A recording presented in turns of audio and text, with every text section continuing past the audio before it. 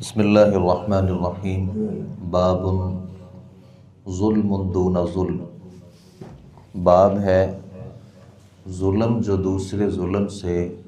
کم ہو۔ حدثنا ابو الولید قال حدثنا شعبۃ قال حدثني بشر قال حدثنا محمد عن شعبۃ عن سلیمان عن ابراہیم عن علقمہ عن عبداللہ ابن مسعود رضی اللہ عنہ سے روایت ہے، قال کہتے ہیں لما نزلت الذین آمنوا ولم يلبسوا ایمانہم بظلم، جب یہ آیت مبارکہ نازل ہوئی وہ لوگ جو ایمان لائے اور انہوں نے اپنے ایمان کو ظلم عظیم کے ساتھ نہیں ملایا، تو یہی لوگ ہیں جن کے لیے امن ہے اور یہی لوگ ہدایت یافتہ ہیں۔ قال اصحاب رسول اللہ صلی اللہ علیہ وسلم، تو رسول اللہ صلی اللہ علیہ وسلم کے صحابہ کرام نے کہا، اینا لم یظلم، ہم میں سے کون ایسا ہے جس نے اپنے اوپر ظلم نہ کیا ہو۔ فانزل اللہ، تو اللہ تعالیٰ نے یہ آیت مبارکہ نازل فرمائی، ان الشرک لظلم عظیم، بلا شبہ شرک بہت بڑا ظلم ہے۔ امام بخاری رحمۃ اللہ علیہ نے باب ذکر کیا کہ کچھ ایسے ظلم ہوتے ہیں جو دوسروں کے مقابلے میں کچھ کم ظلم ہوتے ہیں، جیسے ایمان ایک بڑا درجہ ہوتا ہے، پھر ایمان کا اس سے بھی ایک بڑا درجہ ہوتا ہے، پھر اس سے بھی ایک بڑا درجہ ہوتا ہے، یعنی جیسے ایمان میں کمی بیشی ہوتی ہے، کوئی ایمان چھوٹا ہوتا ہے، کوئی اس سے بڑا ہوتا ہے، کوئی اس سے بھی بڑا ایمان ہوتا ہے، اسی طرح کچھ کفر جو ہوتے ہیں وہ چھوٹے کفر ہوتے ہیں، کوئی کفر درجے میں اس سے بڑا ہوتا ہے، کوئی اس سے بھی بڑا درجے میں کفر ہوتا ہے۔ ایسے ہی ظلم کی بات ہے کہ ظلم بھی بسا اوقات چھوٹا ہوتا ہے، کبھی ظلم اس سے تھوڑا سا بڑا ہوتا ہے اور کبھی اس سے بھی بڑا ہوتا ہے۔ یہ آیت مبارکہ قرآن مجید کی الذین آمنوا ولم یلبسوا ایمانہم بظلم، امن اور ہدایت ان لوگوں کے لیے ہے جنہوں نے ایمان لانے کے بعد اپنے ساتھ ظلم نہ کیا ہو اور اپنی جان پر ظلم نہ کیا ہو۔ تو صحابہ کرام رضوان اللہ علیہ مجمعین کے لیے یہ آیت مبارکہ ایک بڑی مشکل تھی، اور صحابہ کرام کو یہ بڑی عجیب بات لگی، اور ان کے لیے یہ بڑی پریشانی کی بات تھی کہ ہم میں سے کون بندہ ہے جو ظلم نہیں کرتا، یعنی ظلم کا مطلب نافرمانی، گناہ۔ تو صحابہ کرام سمجھنے لگے کہ اس کا مطلب یہ ہے کہ ہدایت اور امن اس شخص کو کبھی بھی نہیں ملے گا جس نے اپنی جان کے اوپر ظلم کیا۔ تو صحابہ کرام تو پریشان ہو گئے اور اللہ کے نبی صلی اللہ علیہ وسلم کے پاس آئے اور آ کر کے کہا کہ اللہ کے نبی، ہم میں سے کوئی بندہ بھی ایسا نہیں ہے جو اپنی جان کے اوپر ظلم نہیں کرتا۔ تو پھر اللہ رب العالمین نے آیت مبارکہ نازل فرمائی کہ ان الشرک لظلم عظیم، جو شرک ہے نا حقیقت میں یہ ظلم عظیم ہے۔ یہاں ایک چھوٹی سی بات میں آپ کو سمجھانا چاہوں گا، مجھے لگتا ہے کہ وہ بات بڑی آسان ہے اور سمجھ بھی آ جائے گی۔ عربی زبان میں جو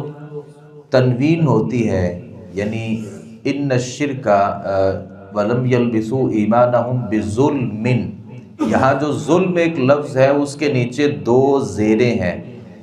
دو زبر، دو زیر اور دو پیش جو ہوتی ہیں نا، ان کو عربی زبان میں تنوین کہتے ہیں۔ اگر یہ تنوین کسی لفظ پر ہو تو اس کا جو مطلب ہوتا ہے وہ تنکیر والا ہوتا ہے،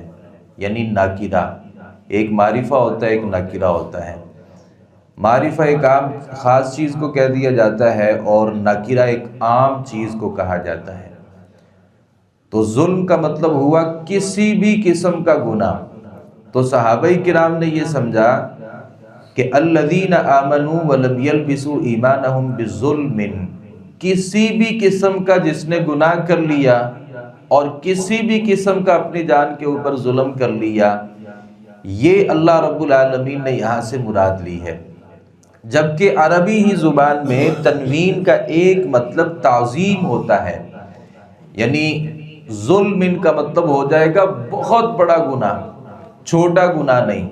بلکہ بہت بڑا گناہ جس آدمی نے کیا، اللہ رب العالمین نے ان کا یہاں پہ تذکرہ کیا۔ یہ جو خوارج ہیں اور بعض دیگر جو فرقے ہیں جن لوگوں نے کہہ دیا کہ ایمان میں کمی بیشی نہیں ہوتی، یعنی ایمان اپنی جگہ پہ رہتا ہے، جو مرضی کر لیں، نہ ایمان کم ہوتا ہے نہ ایمان زیادہ ہوتا ہے، امام بخاری رحمۃ اللہ علیہ نے ان لوگوں کا بھی یہاں پہ رد کیا کہ ایسا نہیں ہے، جیسے ایمان میں درجے ہوتے ہیں ویسے کفر میں بھی درجے ہوتے ہیں، ویسے ظلم میں بھی درجے ہوتے ہیں، ان میں بھی کمی اور بیشی ہوتی رہتی ہے۔ تو اللہ رب العالمین نے پھر صحابہ کرام کے لیے یہ آیت مبارکہ نازل فرمائی جو لقمان علیہ السلام نے اپنے بیٹے کو نصیحت کی تھی، اور نصیحت میں کہا تھا کہ ان الشرک لظلم عظیم، جو صحیح معنوں میں ظلم ہے نا وہ اللہ کے ساتھ شرک کرنا ہے۔ تو اللہ کے ساتھ جس آدمی نے شرک کر لیا، اللہ رب العالمین نے یہاں ان کا تذکرہ کیا ہے کہ ایسے لوگوں کے لیے تو دنیا آخرت میں نہ کوئی امن ہے اور نہ ہی ان کے لیے ہدایت ہے۔ یہاں ایک بات میں اپنے آپ کو اور آپ بھائیوں کو سمجھانا چاہتا ہوں، جن لوگوں نے یہ سمجھ لیا کہ قرآن مجید پڑھنا کوئی مشکل کام نہیں ہے اور حدیث کا سمجھنا کوئی مشکل کام نہیں ہے، اور بعض لوگوں نے اس کے لیے قرآن مجید کے ترجمے کو سامنے رکھا اور سمجھا کہ مجھے کسی عالم کے پاس پڑھنے کی کوئی ضرورت نہیں ہے،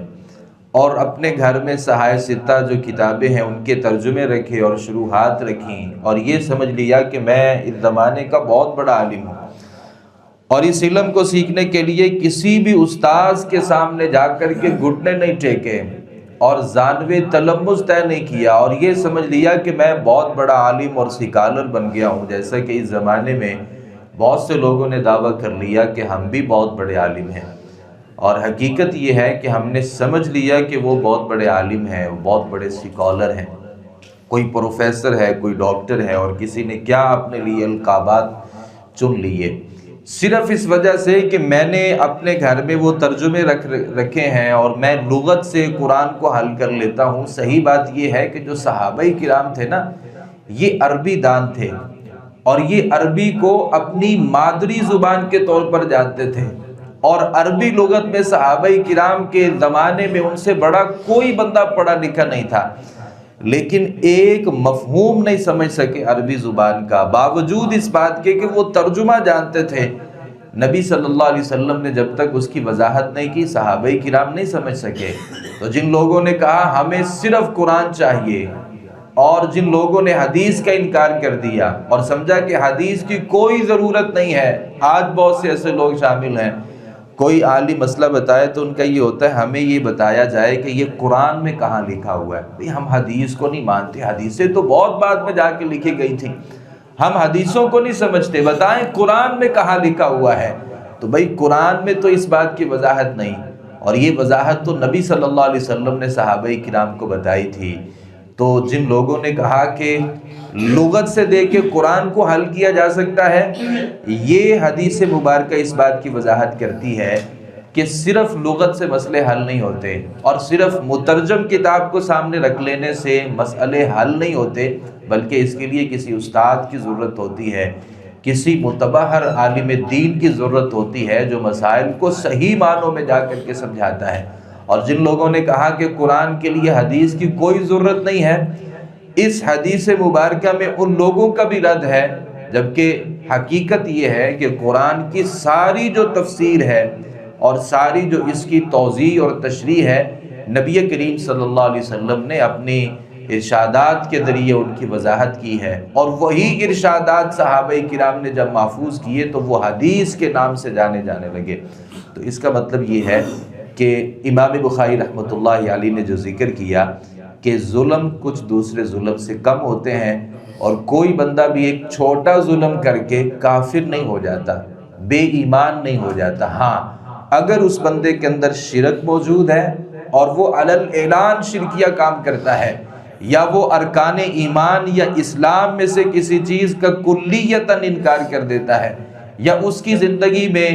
انکار جہود شامل ہو چکا ہے، تو ہم پھر کہہ سکتے ہیں کہ اس بندے کا جو ایمان ہے نا وہ ختم ہو چکا ہے، البتہ چھوٹے چھوٹے جو گناہ ہوتے ہیں ان کے بعد بھی بہرحال بندہ جو ہے وہ مومن رہتا ہے، البتہ اس کے اندر ایک گناہ ہوتا ہے، ایک نافرمانی ہوتی ہے۔ اللہ تعالیٰ سے دعا ہے صحیح معنوں میں حدیث کو سمجھنے، اس پر عمل پیرا ہونے کی توفیق عطا فرمائے۔ وما علینا الا البلاغ المبین۔